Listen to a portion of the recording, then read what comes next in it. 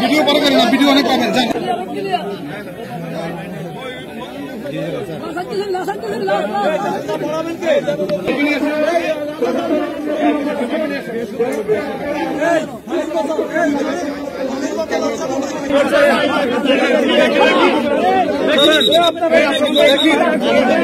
এলাকা যত ছিল মিথ্যা কারাদণ্ড দিয়ে তাদেরকে জেলবন্দি করে রেখেছে, তাদের বাপ মারা গেছে, তাদের বাপ মুক্তিযুদ্ধ ছিল, আওয়ামী লীগ সরকার তার মুক্তিযুদ্ধটাও দেয় নাই।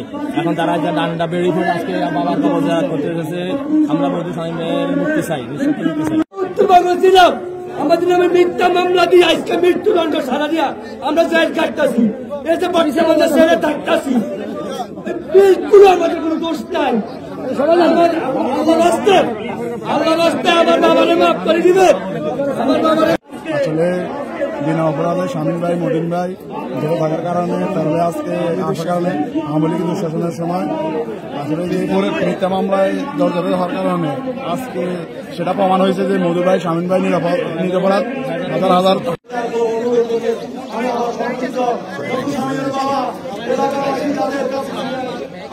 সবাই আল্লাহর হস্তে ওনাকে ক্ষমা করে দিবেন।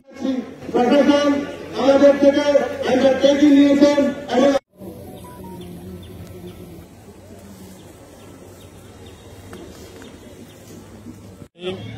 মধু শামীমের ফেরলে মুক্তি পেয়েছে। তার বাবা গতকাল মৃত্যুবরণ করেছেন। আমরা তার বাবার জান্নাত কামনা করি। পাশাপাশি তাদের নামে যে মিথ্যা এবং পরমায়সী মিথ্যা মামলা দেওয়া হয়েছে, অতি বিলম্বে সেই মিথ্যা মামলা প্রত্যাহার করে তাদেরকে মুক্তি দেওয়া হোক। এই মধু শামীমের বাবার মৃত্যু লাশ দাফন করতে এসে যেটা আমরা দেখছি, এই মামলা সম্পূর্ণরূপে মিথ্যা।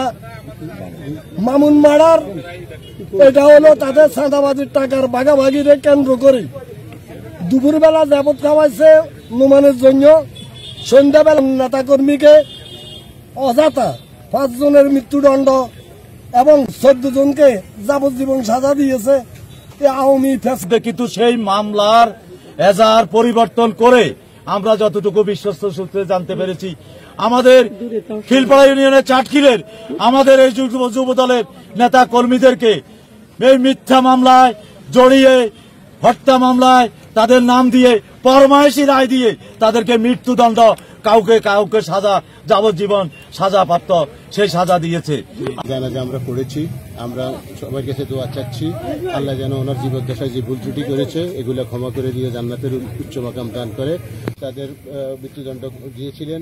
আজকে আমাদের নেতা ব্যারিস্টার মাহবুবউদ্দিন খোকনের সহযোগিতায় প্যারালালে তারা মুক্তি পেয়েছেন এবং এই অঞ্চলের মানুষ স্বতঃস্ফূর্তভাবে উপস্থিত হয়ে জানান দিয়েছেন যে তারা নির্দোষ ছিলেন এবং তাদের এই নির্দোষতার প্রমাণ হয়েছে। আজকে এই অঞ্চলের সমস্ত স্তরের মানুষ এখানে উপস্থিত হয়েছেন, সমবেদনা জানাচ্ছেন।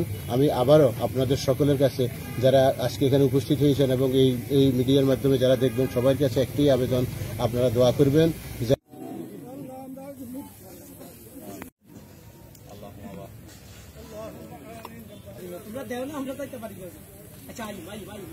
খিলপাড়া ইউনিয়নের ত্যাগী নির্যাতনের নেতা ছিল, তাদেরকে মিথ্যা মামলা দিয়ে ফ্যাসিস্ট সরকারের আমলে আওয়ামী লীগের নেতারা তার মিথ্যা মামলা দিয়ে জড়াই দিয়েছে। আমরা মধু স্বামীদের নিঃশর্ত মুক্তি চাই, তার বাপ মারা গেছে। এই মামলার সকল আসামিকে যেন অবিলম্বে মুক্তি করে দেওয়া হয়, সেই জন্য আমি আপনাদের কাছে বিশেষভাবে অনুরোধ করছি এবং প্রশাসনের কাছে সবাইকে ধন্যবাদ।